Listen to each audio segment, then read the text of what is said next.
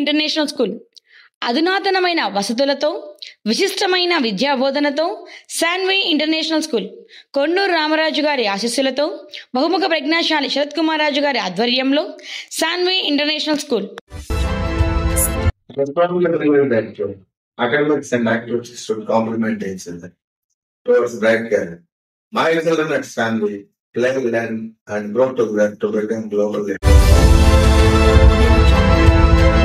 Shanvi international school అన్ని ప్రత్యేకతలు ప్రణాళికాబద్ధమైన విద్యాబోధన, conceptual understanding, activities, hand and mind coordination, communication skills కొరకు ప్రత్యేక తరగతులు, moral values, spiritual values, lab skills కొరకు అనుభవజ్ఞులైన ఉపాధ్యాయ బృందం, కాంపిటేటివ్ స్పిరిట్ని పెంపొందించుకోవడానికి లాంగ్వేజ్ ల్యాబ్స్, వర్క్షాప్స్ మరియు స్మార్ట్ క్లాసెస్, సువిశాలమైన ఆట స్థలం, swimming pool, land tennis, basketball, volleyball, cricket, kabaddi వంటి ఆటల సదుపాయం, రుచికరమైన పౌష్టిక ఆహారం మరియు ఇంటిని మరిపించే బాలబాలికలకు వేరువేరు హాస్టల్ వసతి మరియు భోజన సదుపాయం, విలువల నిర్మాణం, సృజనాత్మక నిర్మాణం, పోటీతత్వానికి నిర్వచనం.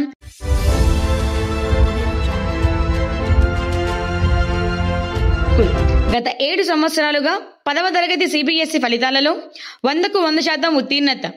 2023-24 సిబిఎస్ఈ పరీక్షా ఫలితాలలో వ్యక్తిగతంగా బి శ్రీమిత్ర 94.2% సాధించగా ఎం స్నోహిత 93.2% సాధించి సిబిఎస్ఈ ఫలితాలలో అత్యుత్తమ పర్సంటేజ్ని సాధించారు. సాంకేతిక పరిజ్ఞానం కొరకు అధునాతనమైన సైన్స్ ల్యాబ్,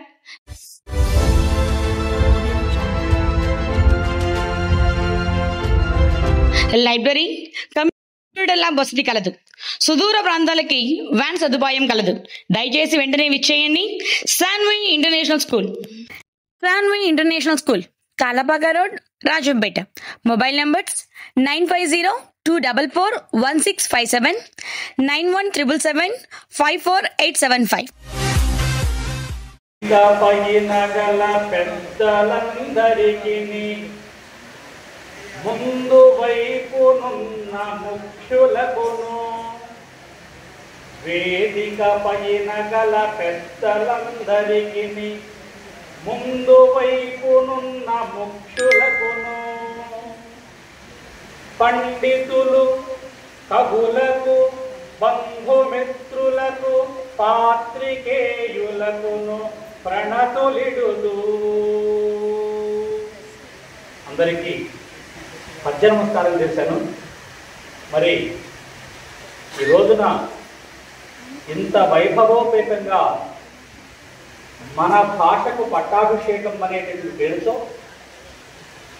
తెలుగు భాషా చైతన్య సమితి వాళ్ళు పుష్కర కాలం పూర్తి చేసుకుని జరుపుతున్నటువంటి ఈ కార్యక్రమాలకి నిజంగా కారకులైనటువంటి ప్రతి ఒక్కరికి కూడా పేరు పేరున నమస్కరిస్తున్నాను. మొట్టమొదటిగా అభినందనలు, శుభాకాంక్షలు తెలియజేస్తున్నాను. తర్వాత భాషా సదస్సులో భాగంగా వారు ఇచ్చినటువంటి అంశం ఏమిటి అని అంటే తెలుగు భాష అభివృద్ధి, పరిరక్షణ అనేటువంటి అంశం పైన 2 లేదా 3 నిమిషాలు మాట్లాడడానికి మీరు తర్ఫీదయ్యారండి అని చెప్పేసి వారు ఇచ్చినటువంటి సమాచారం. నేనైతే అంటున్నా, ఉదయం హాసిం గారు అధ్యాపకులు మాట్లాడిన తర్వాత అది విన్నటువంటి వారు ఎవరున్నప్పటికీ కూడా ఇక మళ్ళీ గంగనపల్లి వెంకటరమణ లాంటి వాళ్ళు మాట్లాడాల్సిన పని లేదు అని అనుకుంటున్నాను. అయితే మరి అప్పుడు ఎంతమంది ఉన్నారో ఏమో తెలియదు, కానీ నా నుంచి ఒక 2 మాటలు. అవి ఏమిటి అంటే తెలుగు భాష అభివృద్ధి అంటున్నాను. తెలుగు భాష అంటే మన భాష, దానికి అర్థం తెలుసు మనకి. అభివృద్ధి అంటే వృద్ధి చెందడం, పెంపు కావడం, అభివృద్ధి చెందడం అంటే ఉన్నటువంటి దానికంటే ఇంకా ఉన్నత స్థితికి చేరుకోవడం, దానినే మనం అభివృద్ధి అంటున్నాం. మరి ఈరోజు పరిస్థితి ఎలా ఉంది అంటే నిజంగా పెనం మీద నుంచి మన భాష పొయ్యిలో పడుతూ ఉందా అనే సందేహం వస్తూ ఉంది. చాలామంది అనుకుంటున్నారు భాష బ్రతుకుతానికి ఏమాత్రం ఇబ్బంది లేదు, అది ఖచ్చితంగా బ్రతుకుతూనే ఉంటుంది, మనం ఉన్నాము, మన భాష ఉంది, మనం మాట్లాడుతున్నామని అనుకుంటున్నారు. లేదు, ఉదయం హాసిం గారు అధ్యాపకులు మాట్లాడిన తర్వాత కానీ నా మనసులో ఉన్న మాట కానీ అంతే. ఇది భావజాల పరంగాను మార్కెట్ పరంగాను రెండు పరంగాను భాషను ఏ రోజైతే మనం కాపాడుకోలేకపోతామో మనం ఒక్కళ్ళం ఉండి ఏమీ చేయలేము. ఈరోజు పిల్లలు నిజంగా తెలుగులో మాట్లాడగలిగిన పిల్లలు ఎంతమంది ఉన్నారు? వేదికల పైన మనం తెలుగులో ఆంగ్ల పదాలను ఉచ్చరించకుండా మాట్లాడేటటువంటి మనం ఎంతమంది ఉన్నాం? అసలుకి ఒక్కసారిగా చూసుకోవాలి. మనకు మనంగా బాగా ఉంది, బ్రహ్మాండంగా ఉన్నామని చెప్పేసి అనుకోవడం చాలా పొరపాటు. భవిష్యత్తులో రాబోయే తరాల వాళ్లకు తెలుగునంటే మేము తెలుగు వాళ్ళము అని చెప్పేసి చెప్పుకోవడానికి మాత్రమే పనికొస్తుంది తప్ప తెలుగులో మేము మాట్లాడలేము, తెలుగులో మేము ఏమాత్రం కూడా వ్రాయలేము, తెలుగులో మేము కనిపించనులేము, వినిపించనులేము అనేటువంటి పరిస్థితికి రేపు పొద్దున్నే రాబోతున్నాం అనేటువంటి విషయాన్ని సభాపూర్వకంగా మీకు అందరికీ కూడా తెలియజేస్తూ, దాన్ని కాపాడుకోవడం మనం ఏం చేయాలి, ఆ భాష అభివృద్ధి చెందాలని మనం ఏం చేయాలి? మన వాళ్ళేమో అంశంలో పరిరక్షణ అన్నారు. నేను అంటున్నా, పరిరక్షణ చేయాలన్నా సంరక్షణ చేయాలన్నా? ఎప్పుడు కూడా మన ఇంటిని మనం కాపాడుకోవడానికి మన ఇంట్లో వాళ్ళందరము ఎదుటి ఇంటి వాళ్ళతో మనకి ఏదైనా పోరు వస్తే, కొట్లాట వస్తే వాళ్ళ నుంచి మనం ఎదుర్కొంటే నిజంగా అవతలి వాళ్ళు ఎవరు కూడా మనపైకి దాడికి రాకుండా ఉండడం నిజంగా అది పరిరక్షణ. అది ఏ భాష వల్ల కూడా మన భాషకు ప్రస్తుతానికి వచ్చిన ప్రమాదం ఏమీ లేదు. ఇక్కడ ఉన్నటువంటి హిందీ వాళ్ళు కావచ్చు, ఇక్కడ ఉన్నటువంటి మరాఠీ వాళ్ళు కావచ్చు, ఇక్కడ ఉన్నటువంటి ఉర్దూ వాళ్ళు కావచ్చు, ఇక్కడ ఉన్నటువంటి పరభాషలు ఎవరైనప్పటికీ కూడా వారి వల్ల తెలుగు భాషకు వచ్చినటువంటి ప్రమాదంకు ఎప్పుడూ కూడా ఏమీ ఉండదని నా మాట.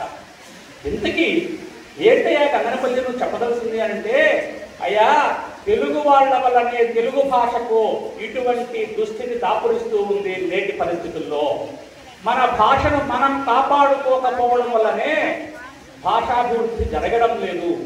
ఎప్పుడైతే మన భాషను మనం కాపాడుకోవడానికి మన వంతుగా మనం ఏం చేస్తున్నాం, ఏం చెయ్యాలి, ఏం చేస్తే భాష బ్రతుకుతుంది అన్న విషయం మనం ఆలోచన చేయట్లేదు చాలామంది. నేను అంటున్నా, ప్రతి ఒక్కరికి కూడా ఇతర భాషీయుల వల్ల మన భాషకు వచ్చినటువంటి ప్రమాదం ఎప్పుడూ కూడా ఉండదు. కానీ మన భాషీయుల వల్లనే, తెలుగు భాషీయుల వల్లనే తెలుగు భాషకు చాలా ప్రమాదం ఉంది. దాన్ని ప్రతి ఒక్కరు కూడా మనం గుర్తెరగాల్సిన అవసరం ఉంది. తెలుగులో ఒక సామెత ఉంది, ఇంటిలో వాడే పెట్టెర కంటిలో పుల్ల అని. పక్కన వాళ్ళు ఎవరు కూడా మన ఇంటిపైకి వచ్చి దాడి చేసే పరిస్థితి ఎప్పుడు కూడా ఉండదు. భాషా విషయంలోనూ ఇతరత్ర విషయాల్లోనూ ఇంటి వాడి వల్లనే ఇబ్బంది కలుగుతుంది. భాష పరంగా కూడా అది ఇబ్బంది కలుగుతూ ఉంది. అటువంటి భాషా ఇబ్బంది కలగకుండా మన అధ్యక్షుల వారు మొట్టమొదటి మాటల్లోనే చెప్పారు, మన ఇంటిలో మనం అందరం కూడా ఏ రోజైతే మనం మాట్లాడగలుగుతామో మన భాషను, ఆ రోజు నిజంగా మన భాషను మనం అభివృద్ధి చేసుకునే దిశగా అడుగు వేసిన వాళ్ళమే అవుతాము తప్ప ఇంకోటి కాదు.